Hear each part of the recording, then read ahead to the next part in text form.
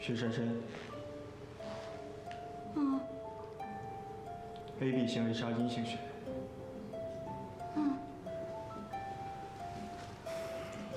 蛇妹和你同属血有血型，她刚进手术室，但是现在医院的血库告急，我希望你可以待在这里，以备不时之需。我非常愿意献血，但是我可不可以问问题啊？说。 你们是怎么知道联系我的方式啊？还有，你是谁啊？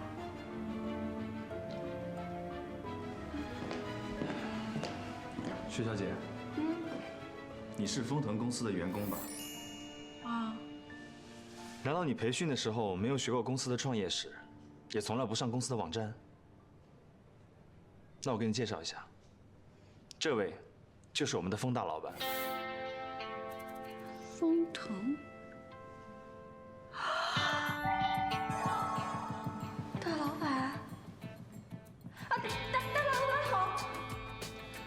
我是研发部的郑奇，你总听过吧？郑奇，齐帅。我再给你介绍一下，这位就是投资部的严青总经理，是我们大老板的妹夫。薛小姐，拜托了。 哪位是献血者？我是。那请跟我走。好。薛小姐，拜托了。放心吧。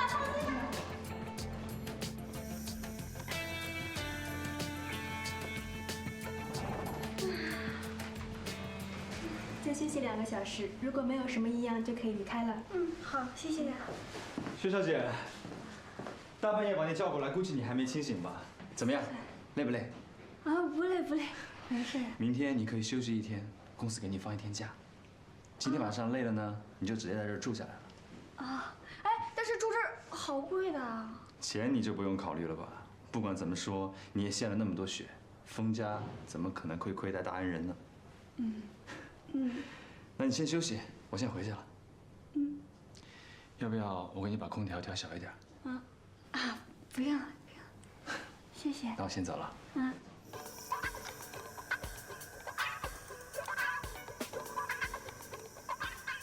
小金，后面怎么样了？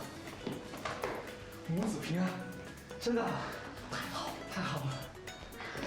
严总，薛小姐，你让我平安。太感谢了，真的太感谢了。哎呀，不用谢，能帮到你们，我真的很开心。哎呦，没有你真不知道该怎么办了。今天。哦，对了，我想把这个送给你太太。我们寻猫血的人啊，最怕出意外了。我从小过马路都特别小心，要是万一出个什么车祸的，最麻烦了。这是我妈妈给我做的，你看里面放着这个纸条，上面啊就写着你太太的血型，还有你的联系方式，把它随身带在身上就好了。太贴心了。不，这我不能要，这个你太珍贵了，对你。要的。哦，不行，没关系，绝对不能要。让我帮他做一个就行了。哦，不行，你得收着。收下。同学叫你。再次感谢。进去了。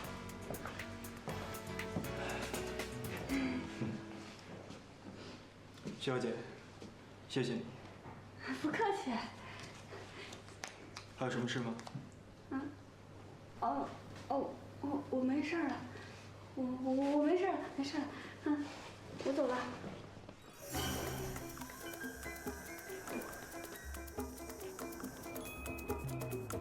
哎，车呢？真是，输血之前出租车守在你家门口，输完了，就好像商场里的电梯。你买东西之前呢，大门为你敞开的，等你买完东西啦，就得自己爬下去。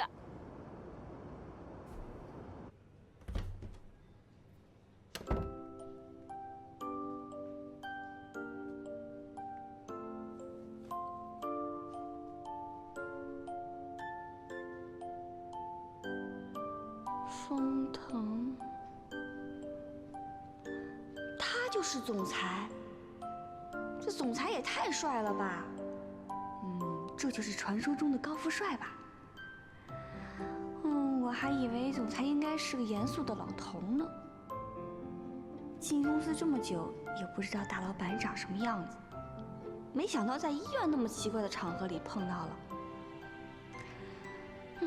看他那副冷冰冰、高高在上的样子，一定很不好相处。管他的，反正以后也见不到了。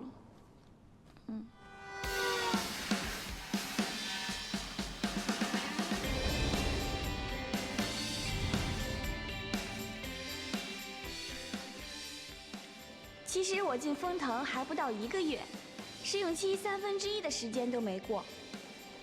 5天前，我刚刚面临人生中的第1个公司月结。各位，下星期就是黄金周了，这5天呢，大家辛苦点，好。是。珊珊，这些拿去 key in 了。这些呢是出拿的账，麻烦对一下再给陈娟，谢谢。这就是集团的月底结算吗？这阵仗也太夸张了吧！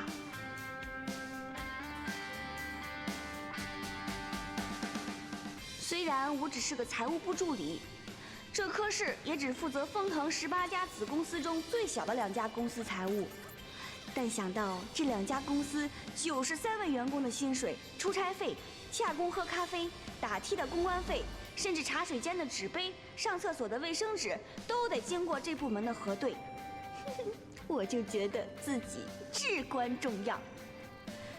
作为最底层的员工，没点阿 Q 精神，怎么能活得下去呢？我虽然是211工程的大学毕业生，但根本就没有想过能到上海。一想到有人事主管还得看我的履历浪费时间，我都觉得很不好意思。但是，我竟然被丰腾集团给录用了。看来还是老妈说的对，说我天生愚钝，但是傻人有傻福。当时为了庆祝，那可是红旗招展，锣鼓喧天。虽然大家都暗地里说我走了狗屎运，但我依然是开在狗屎里最鲜美的花一朵呀！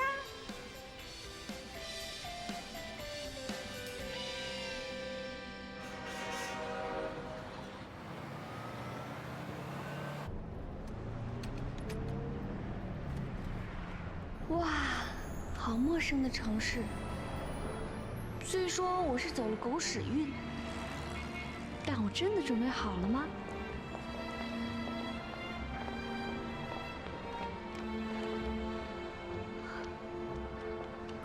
我真的成为丰腾集团的一份子了吗？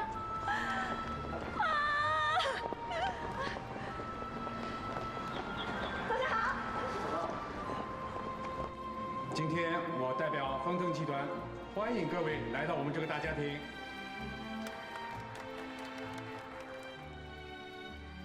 丰腾集团，国内最大的软件公司，过半客户是欧美品牌。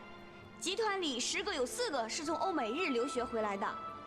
从国内一流大学毕业的人，可能都要从端咖啡做起。这样一个大集团，居然为我敞开大门。对于这个千古之谜，我只能理解为，一定是人事专员在打盹的时候点错了鼠标。刚才我带大家参观了我们丰腾集团，希望大家在今后的日子里，精诚团结，通力合作。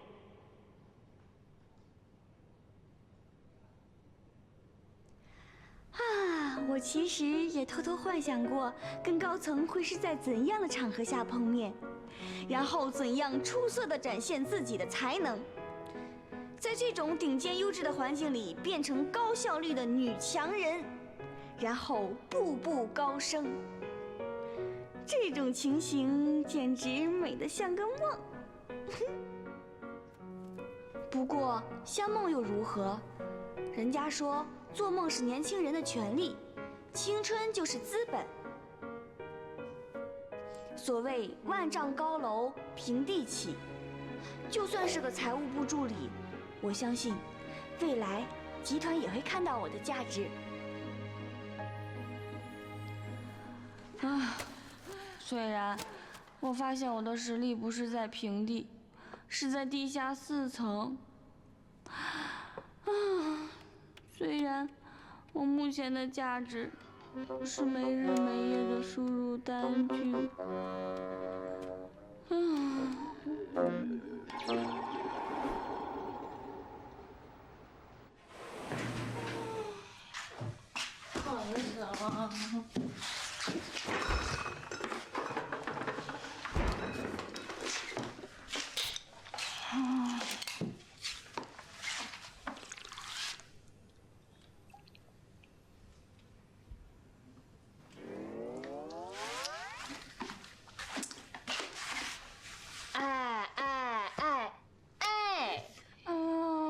早起来！哎呦，你起来啦！亲爱的，沙发在这儿，床在那儿，就这么几步，你不知道爬过去啊？爬过去都能睡了。你昨天加班加到几点啊？让我睡一会儿吧。哎呦，我的妈呀，宝贝儿，宝贝儿，我跟你说啊，你赶紧的，就你那箱子，你都1个月没收了，你再不收，我这家就让你给弄乱了。你现在还是个助理，你要是经理的话怎么办呀？我还不围你天天转。拜托，你懂什么呀？我这叫形乱神不乱。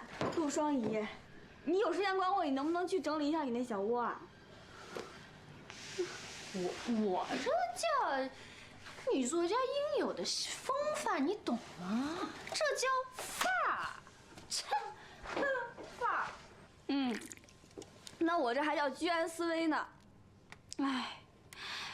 哎呀，要是还过不了试用期，我就等着自刎吴江头吧。哎呦，你那心理素质可真差。不过呢，你有这点觉悟也对。哎，我跟你说啊，你爸妈可是风风光光把你从乡下送到上海来的，你可得给他们争气啊。至于我呢，我是盼星星盼月亮，终于把你盼来了。你呢就不许离开我，就是你嫁人了也不许离开我，听见没有？要不是你，我哪敢把简历丢到丰城啊？你要怎么补偿我加班的辛苦？我还怎么补偿你啊？我给你地儿睡，我陪你吃，陪你喝，陪你笑，我快成3陪了，我还补偿你？你不是说这期的稿费黄金周前就能结吗？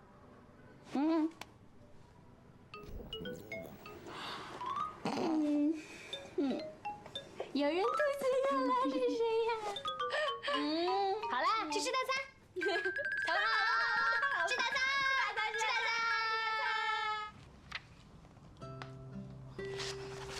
餐。哥，你看什么看那么入神呢？不就是一挂牌吗？看那么久啊？这个挂白缝线的部分有几个大的震动，镜头也没有自动回缝，是老式的裁缝机所致，布料也很旧，倒是挺坚固的。你怎么那么挑剔呢？这是人家妈妈做的温暖牌的挂牌，你不能拿去跟名牌比较的。哎，哥，我听言青说，薛小姐为人很热情又很单纯，你说这一次帮我们那么大个忙，我们怎么谢她呀？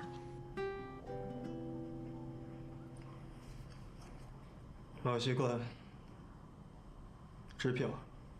你太俗气了，算了算了，我自己想吧。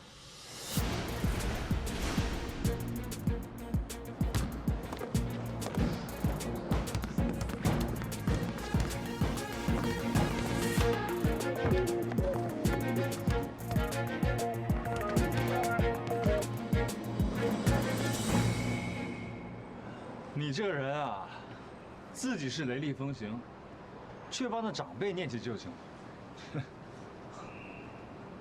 我们也是15年老朋友了，我对你不好？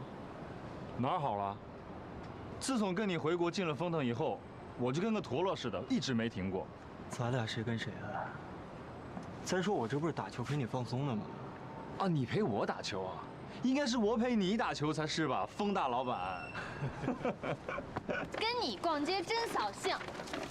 大姐，这全都是你的，还扫兴呢？我都说的是约你去吃饭的，不是去逛街的。这个街都这么多天了，我现在唯一想的就是吃饭、睡觉、睡觉、吃饭。现在还陪你逛街，已经很够义气了。我跟你讲，是我陪你逛街好不好？大姐，您都快上班了，你也打扮打扮自己。你看你现在跟个道姑似的。你见过这么偷懒的道姑吗？哼，我这么天生丽质，这么难自弃。难自弃。川川啊，妈，你最近忙吗？头2天有点忙。不过现在没事了，放假了。那个，柳柳去找你了，可能还得在你那儿住上一阵子。啊？珊珊，哎呦，我是大伯母。我告诉你，我们家柳柳啊有出息了，也到上海有工作了。就是啊，太临时找不到落脚处，我就让她临时跟你住在一起。哎呦，你们姐妹俩从小感情就好，窝在一起相互有个照应哈。不是那个大伯母，我现在也住在上一家，而且那个房子有点小。哎呀，没关系没关系。她一大早就出门了，估计啊现在快到了。这样好这样好，你们姐妹俩在上海一定要相互照应啊。哎呦，谢谢你珊珊哈。哎呦，你们珊珊长大了，懂事儿了。干嘛呀？我会让我们家柳柳照顾你们家珊珊的，放心吧，放心啊。谁呀？柳柳。柳柳怎么了？他来了。快点来。几个意思？等等我。喂，干嘛呢你？你没认出刚才那个女孩？哦，那不是薛珊珊吗？她怎么会在这儿？哦，我看过她的资料了，她好像就住在这附近。这离公司的车程大概有1个半小时。她住这儿？很正常啊，这是郊区，房租便宜，她负担得起啊。不然你以为呢？你以为她跟踪你啊？当然不是。我只是不想让她看到我这个样子。哪个样子啊？就是穿得很休闲、很随便的样子。啊，果然是看重外表、注意形象的大 boss。你看你刚才看见薛珊珊躲那样，就跟看见旧情人似的，至于吗你？看来我们要换个球场了。不必了吧？找一个好的球场多不容易啊！而且刚才薛珊珊都没认出你来，没事的啊，真的。啊。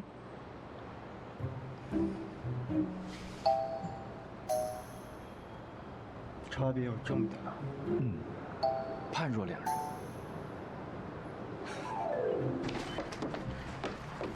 珊珊。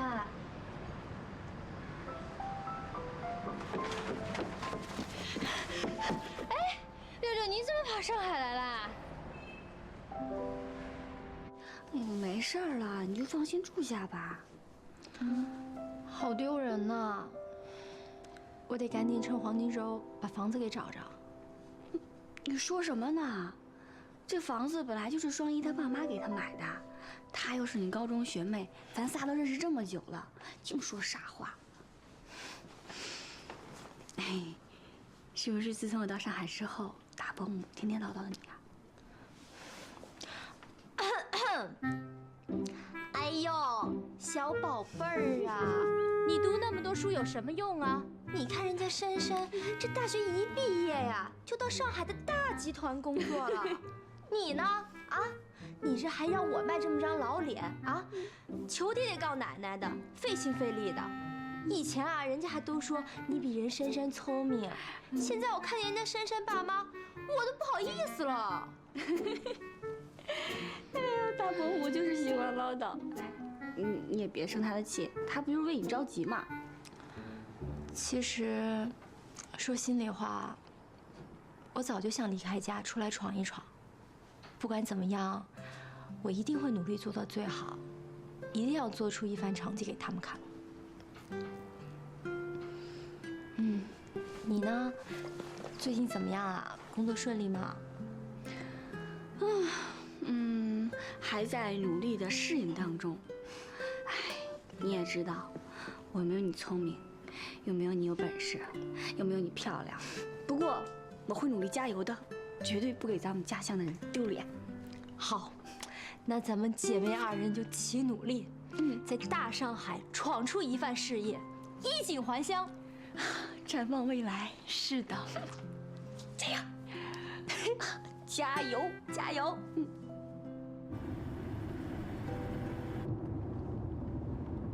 老板，叶董事已经在银行等你了。好。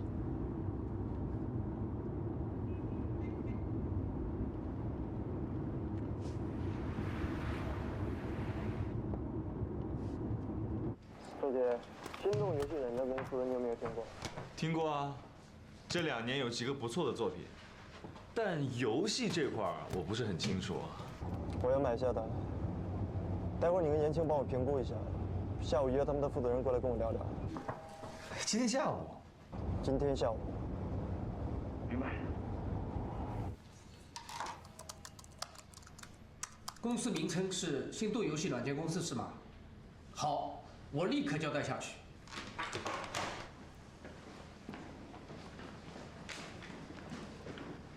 注意了，等会儿心动游戏软件公司的财务报表会传进来，细细瞧瞧，你们负责丰腾今年的投资预算。小轩、阿佳负责并购的财务评估，陈娟你会诊一下你正式的签约书。珊珊，你帮忙陈娟。哦。3小时后要拿到所有数据，听清楚没有？是。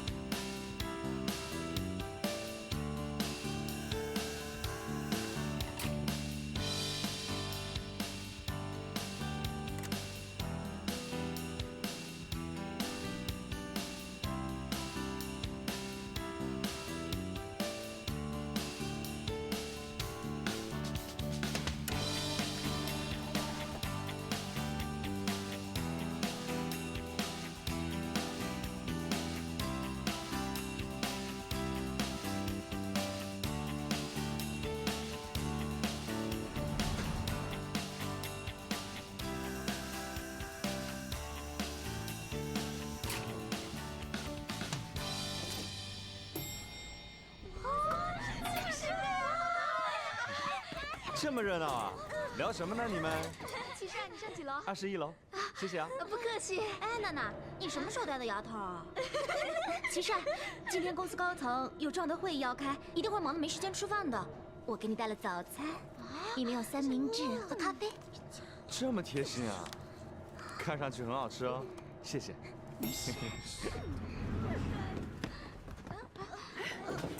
齐帅。薛珊珊。你们拿这么多资料是要给谁送过去啊？哦，这些资料是给严总送的。太巧了，我去找严总，给我吧，我给你们带过去。谢谢你啊。顺道嘛。那这个你帮我拿到我的办公桌上。啊，谢谢啊。好，没事没事。拜拜。拜拜。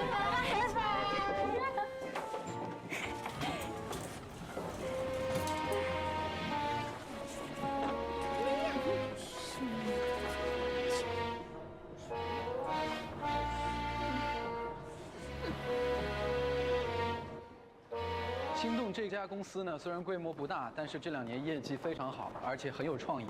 业内的很多高层人士非常看好它。我相信，如果丰腾收购这家集团，会是一个好的故事。我们科里评估的并购金额为什么多一个0？小轩，并购金额的评估报表是你做的吧？怎么回事？现在已经在签约了，怎么办？李科长。这是正确的签约书，他们刚送来，确实是多一个0啊！林科长，这个怎么办？你们到底是怎么做事的？要是早点怪罪下来，可不能怪我们巴克的事啊！这些都不是当务之急。不行，我看还得打断签约会议。这个错误的合约要是签了，赔偿我们所有人一辈子的薪水都补偿不起的。珊珊，珊珊跟郑琪很熟啊，那去找齐帅吧。对，珊珊，你去找。跟齐帅一点都不熟的啊！在这危急的时刻，你说话还这么自私，我们财务部所有的命运都系在你一个人的身上了呀！是啊，赶紧啊！我有空打电话，赶紧。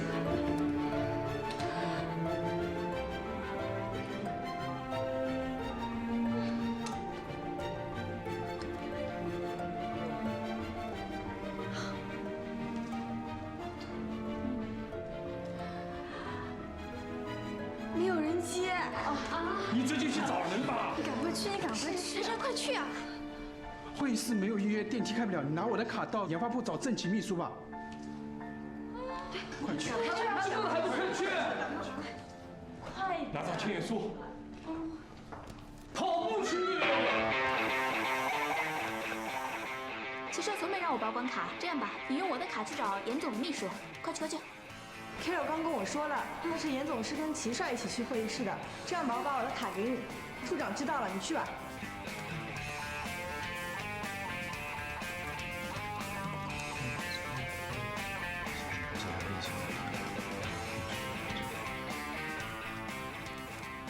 果然，狗屎运就只是狗屎运而已。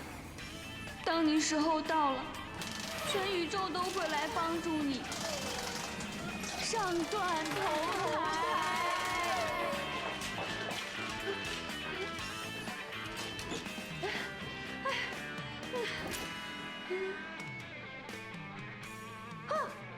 对不起，是我搞错了，对不起，我打扰了。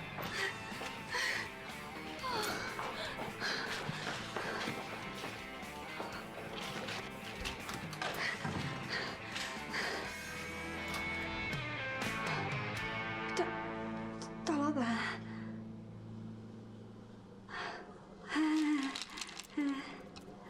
完了，我将从封家的大恩人变成封腾的大罪人。那个合同还没签吧？千万先别签啊！那个合同上面多了一个0，这个才是对的。 对不起，都是因为我的疏忽，对不起。签约已经结束了。完了，这下真的完了。对不起，都是因为我的疏忽造成的损失，对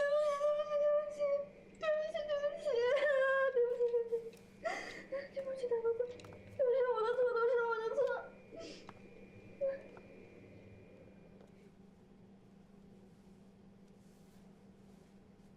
你还不至于给公司造成任何的损失。大 boss 刚才那句是什么意思啊？早知如此，当初我就应该献1000毫升。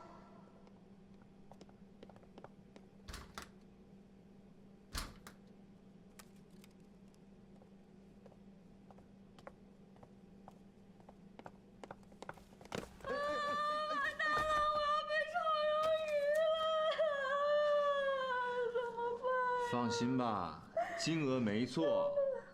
不是，那个科长说这份才是真的呀，才是对的。你以为老板是谁啊？老板眼睛利得很，在签约之前就发现了，把金额改过来了，所以金额没错。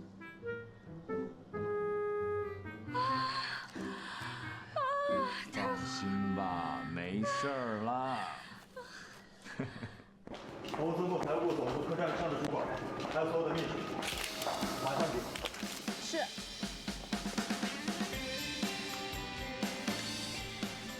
虽然没有及时赶上签约，但至少不必赔上大家1辈子。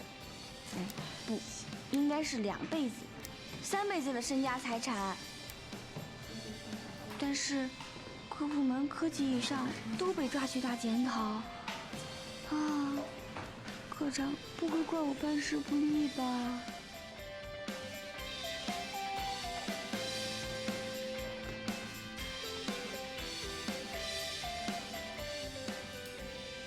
老板说，下次如果要这样奔走各科弥补错误，让我选个100米田径选手当财务助理就好。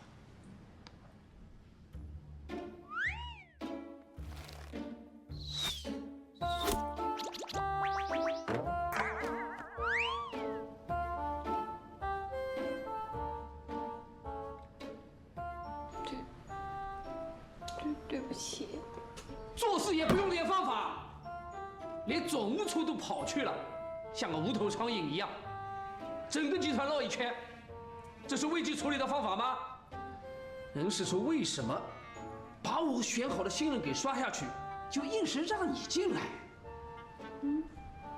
科长，你说什么呀？说你呢，三流大学三流水平，看起来一无是处的样子，没想到还真是一无是处。人事处吃错什么药了？你最好想想怎么度过试用期吧。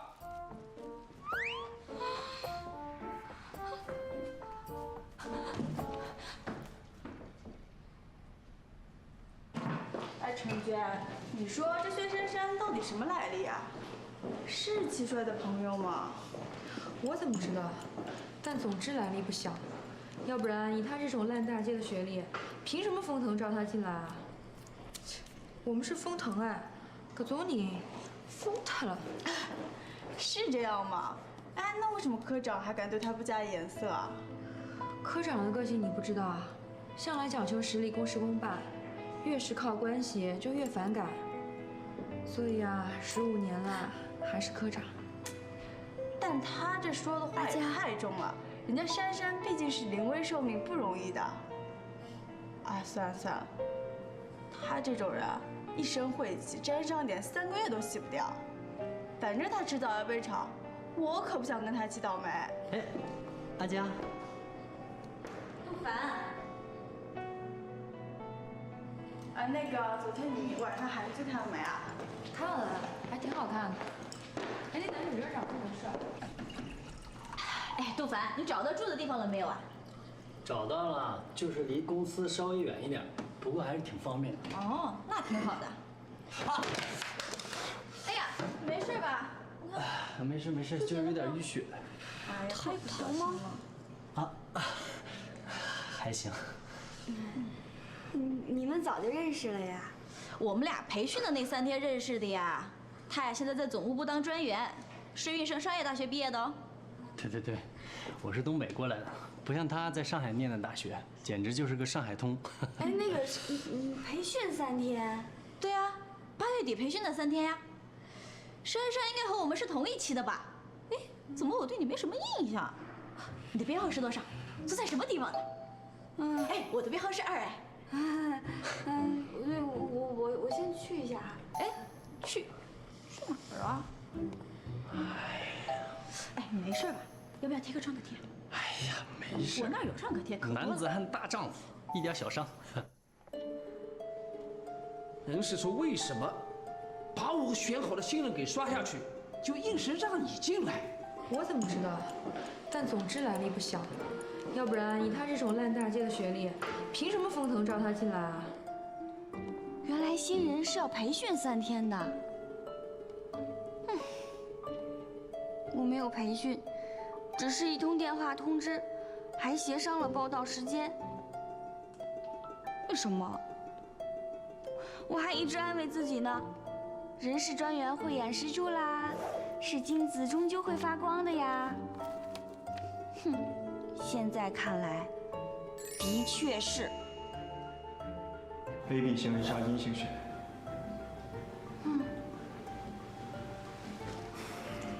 蛇没和你同属西欧学习，他刚进手术室，但是现在医院的血库告急，我希望你可以待在这里，以备不时之需。原来封腾要我做的不是财务助理，而是一头血牛。可是熊猫血哪里不好找？干嘛要在公司里养一头活牛啊？好凄凉的感觉，好像是在卖血呀。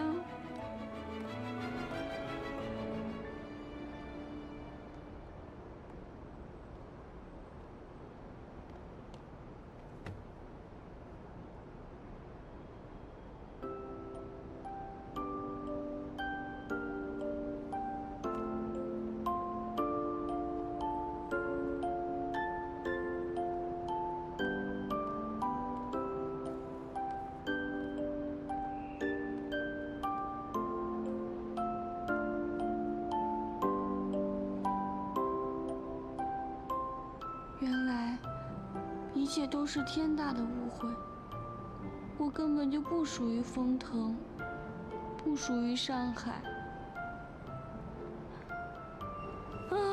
薛珊珊，你明明就是一头血牛，你有什么资格去做奋发图强、功成名就的大梦啊？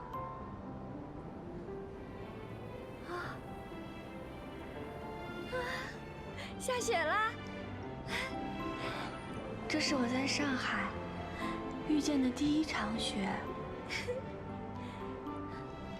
短短4个小时完成一个企业的收购，大家真的已经很努力了。不过这件事说到底责任在我，你也别怪他们，他们不是推卸责任，就是想找个替死鬼。这是我最生气的。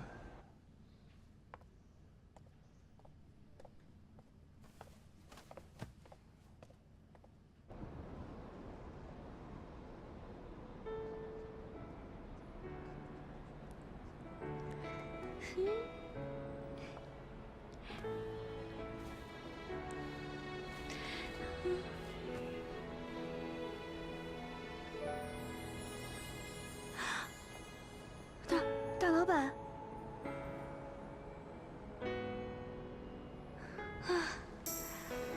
这一刻，突然觉得自己是上海这部戏的女主角。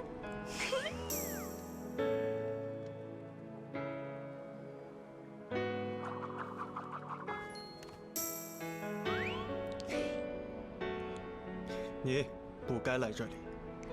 什么？我说你不该来这里。员工培训的时候你没有听说吗？这个地方隶属于老板办公室。我没有参加员工培训。为什么？我也不知道。我没有经过员工培训。但是我为什么能够进丰腾集团呢？公事上的问题问你主管，不是我。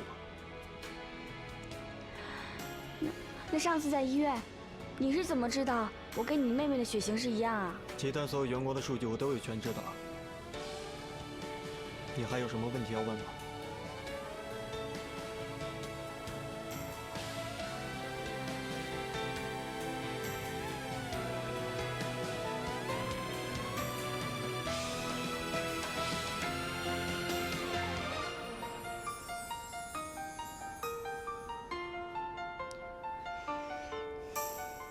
谢谢你。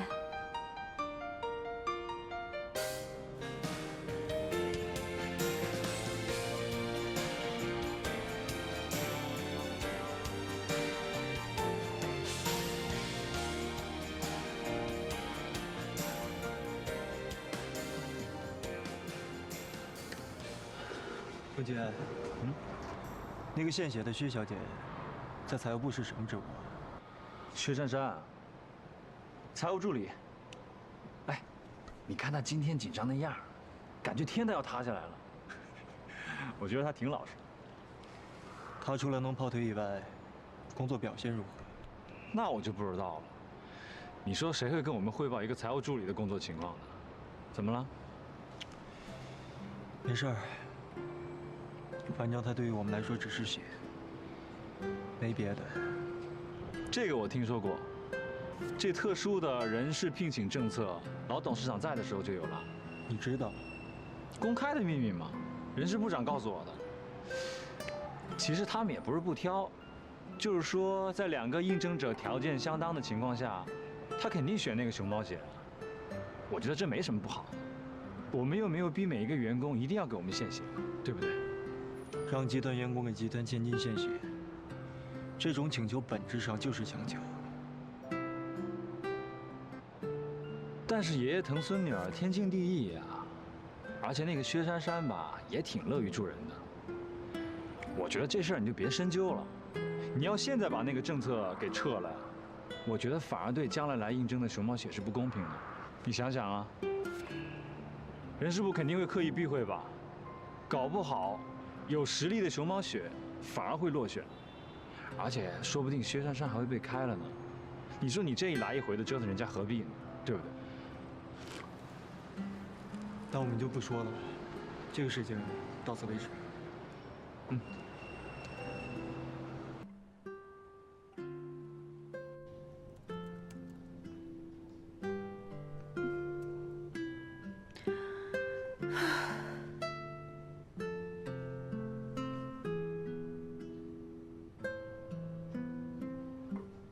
珊珊，这大城市车多人多的，你呀上班下班路上可要小心啊，别横冲直撞的。哎，不该拿的东西不能拿。嗯。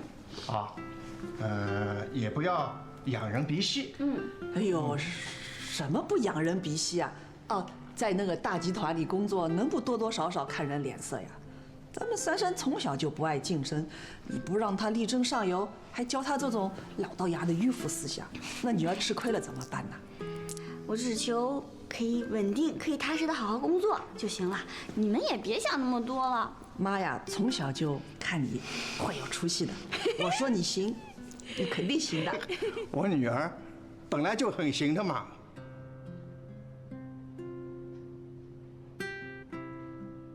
爸妈，原来集团不是因为我的工作能力录取我的，我让你们失望了。薛珊珊，你干嘛呢？过来，让我看，你快让我看。辞呈？你要辞职啊？啊？你说什么？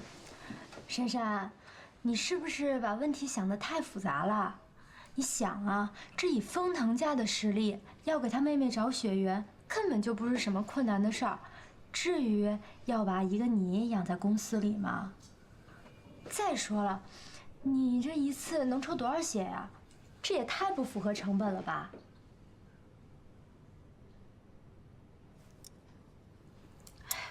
珊珊啊，所以首先我觉得吧，你肯定是符合他们公司应聘的要求的。只不过碰巧你也是 AB 型2H 阴性血的人，他们才顺便请你帮忙的，这也挺合理的呀。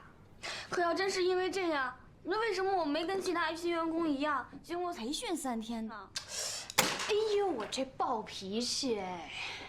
薛珊珊，你给我听好了，要换了是我，甭说献血了，我搭上半条命我都愿意进。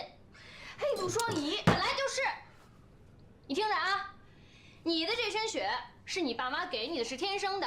你能献血也是因为你爸妈给你养得好。你首先得感谢你父母，知道吗？其次，你得感谢上天眷顾你，给了你这身血，让你跟别人不一样，让你有了附加价值，总比那些靠关系走后门进公司的强吧？哎，就算你是因为这身血进去的，也不代表你就没有努力的机会啊。我跟你说，双一说的没错，这英雄不论出处。珊珊，你太妄自菲薄了。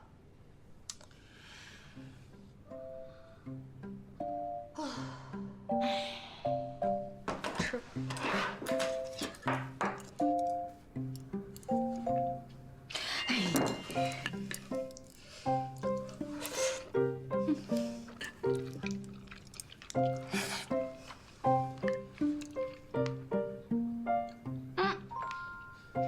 我得吃啊，不吃我怎么满血复活呀？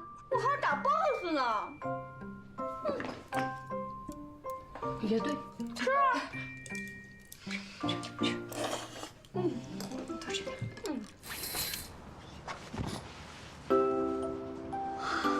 下雪了。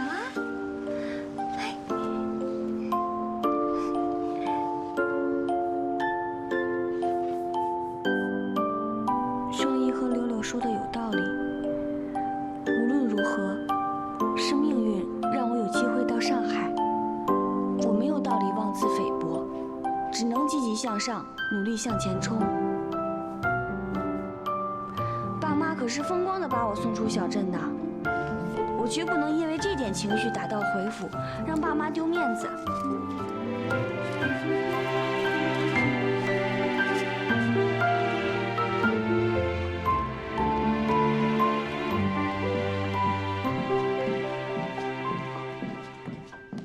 先生早。早，王叔。车司机备好了。好。哥，你的饭盒。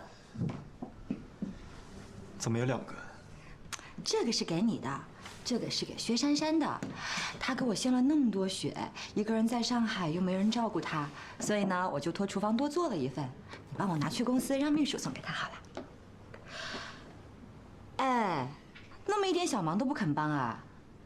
王叔，麻烦你跑一趟吧。我说过，不是公司的人尽量少到公司走动。放我车上吧。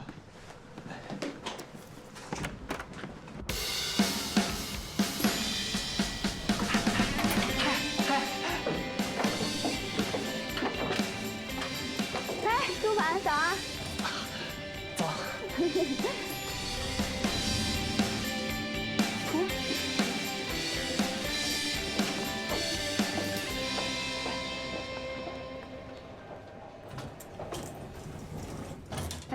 杜凡，你也去财务部啊？是啊，我去3楼换灯管。哦。珊珊啊，你看我整天拿这些乱七八糟的东西进出整个大楼，所有公司的人都不跟我打招呼，整个公司也就你这么热情跟我打招呼了。那有什么呀？就算你一直拿着这个梯子抱灯管，我都跟你打招呼。这又不代表没有力争上游的机会啊！只要你努力，这说不定将来会成为你的跳板。你看，多结实。结实。唉，虽然呢，我也不是什么名牌大学毕业的，但是我是薛珊珊。你呢，只要加油，将来一定会让公司的人都认识到你，知道你叫杜凡的，好不好？好。加油，拜拜。加油。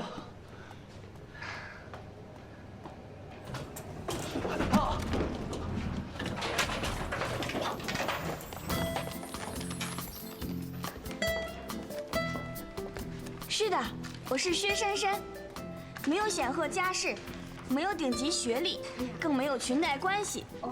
可除了特殊血型，我还有打不退的干劲儿，超强的生命力，不管扎根在哪里，都会像杂草一样迅速繁殖。我要在上海活下去，只要功夫下得深，血牛也能闯出一片天。薛珊珊，加油！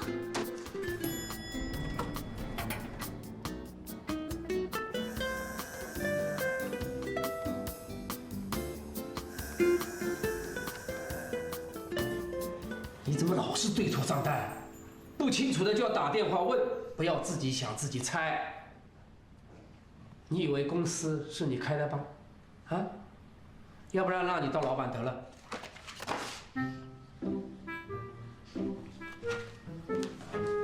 科长，我知道错了。科长，我马上就拿去修改，马上去联络。科长，你别生气了。谢谢科长指正。加油！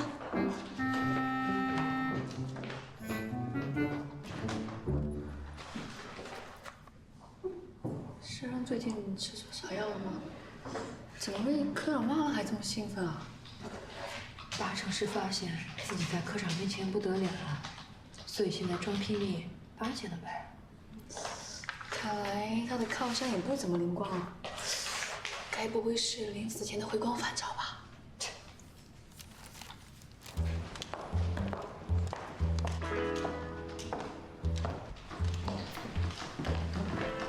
市长，有什么重要事情？请问哪位是薛珊珊小姐？哦，珊珊。我是薛珊珊。你是珊珊？我是老板办公室的琳达。不会吧？不过就搓了个出差费的数据，连高层都惊动了。这饭都不吃，端着饭盒就来抓人。这是老板让我送来的午餐。午餐？给我的。哎，谢谢啊。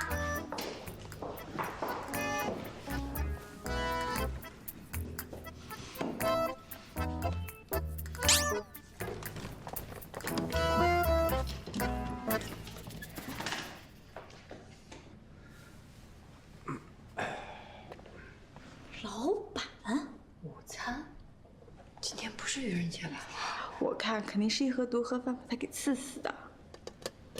哇，这些都是补血的吧？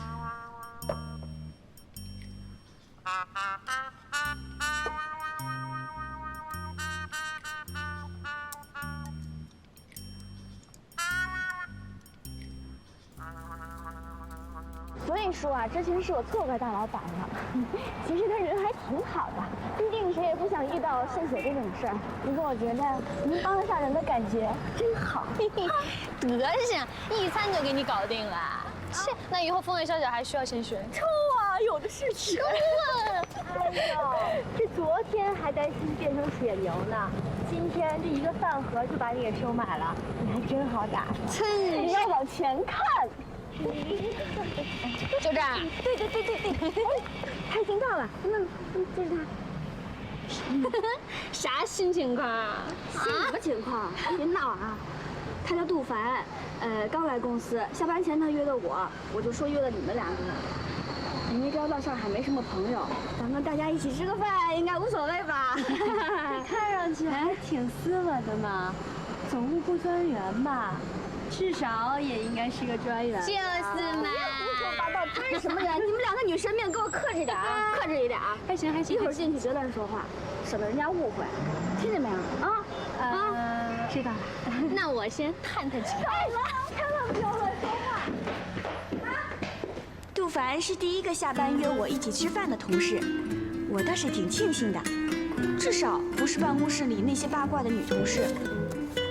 再怎么说，我也是个没培训过、连同期朋友都没有的人，所以我打算从杜凡开始，庖丁解牛、抛砖引玉，一步步打入风腾的人脉圈子。加油吧，薛珊珊，你的好运一步步的到了。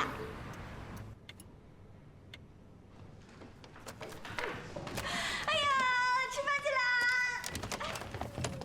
哎呀，珊珊，我突然发现我们好久没有约着你一起去吃饭了，对不对？珊珊，我知道附近有家特别好吃寿司店，真的，你不喜欢吃寿司吗？我们一起去吃寿司吧。就是啊，你能不能别插队啊？谁先来？我们今天晚上谁？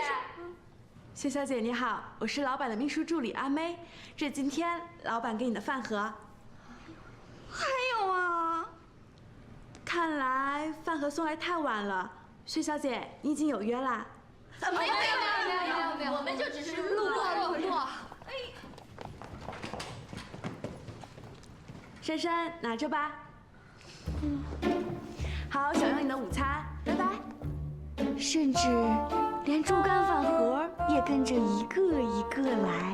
珊珊，接下来3天，每天中午都有饭盒，每次饭盒都有不同的秘书送。珊珊，你的而饭盒里饭菜的内容分别是：拜拜，猪肝，还是猪肝。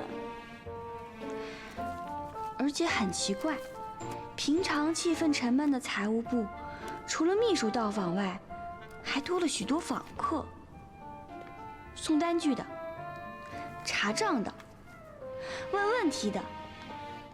小小的办公室，快到中午几乎挤满了人。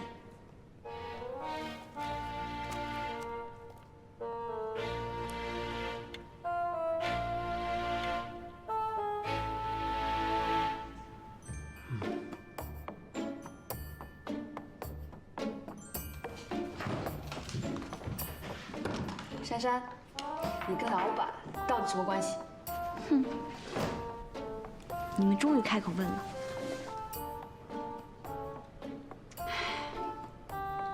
没有关系，我只是偶然间帮了老板一个小小的忙，就是任何一个人我都会愿意帮的那种忙。既然是小忙，那有啥不能说的呀？就是啊。哎，你快说呀！你快说，你帮老板的忙，你少忽悠了。你有一拍90年的励志片呢。就是，哎，再说，老板他为什么不给你送礼盒呢？他偏偏给你送饭盒，对啊，是为什么？哎，对的，快说，快说呀，珊珊。啊，复印文件。啊，好的。哎，等一下，话都没说。整天八卦不干正事，你们太闲了是不是啊？这如火如荼的猪肝饭盒一周，让我瞬间有了许多同事下班后的聚餐约会。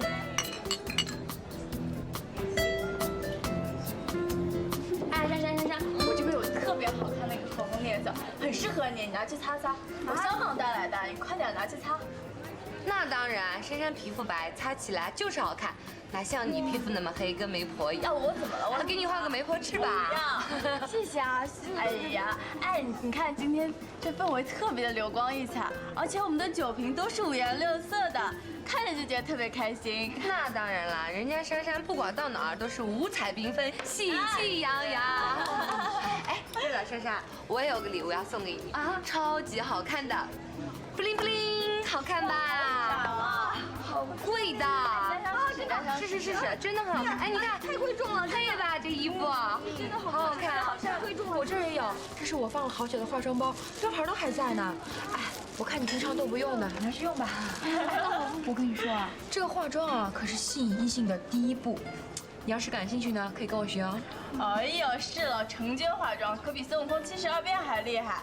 不过他卸了妆，绝对没有他化妆来的震撼哦。谢谢啊，真的特别不好意思。哎呀，不要紧的，珊你收下吧。来，我们再敬你珊啊。好，来，珊。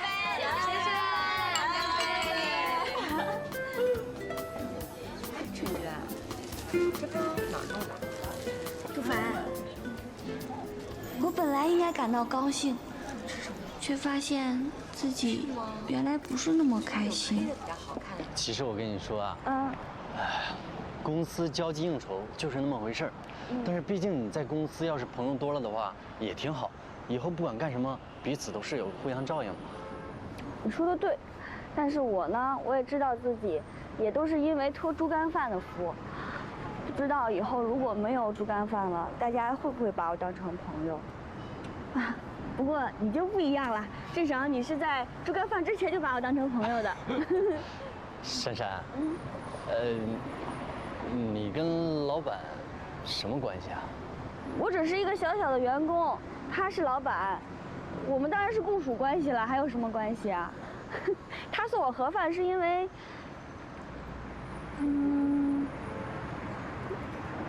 哎，不是我故意装神秘啊，这件事情还是涉及到别人的隐私，所以我不能说。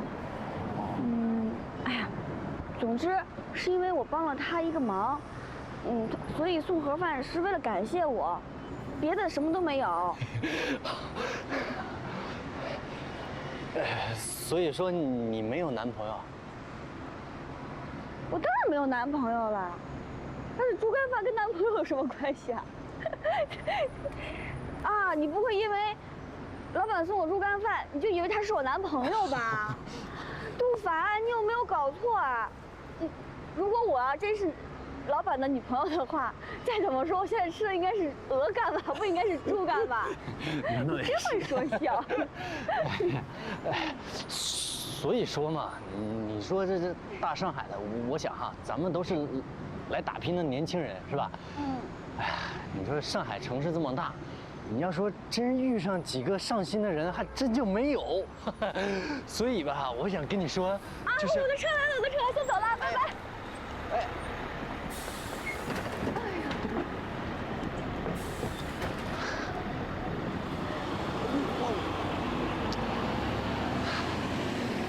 我还没说我喜欢你呢。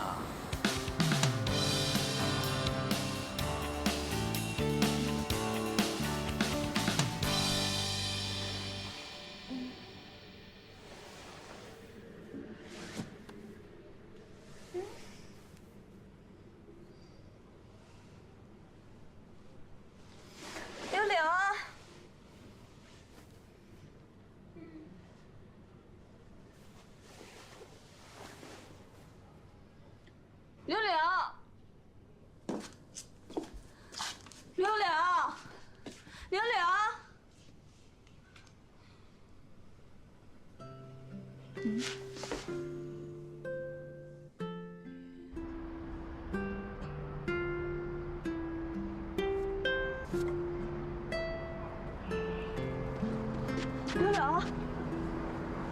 你怎么站在这儿啊？你醒了？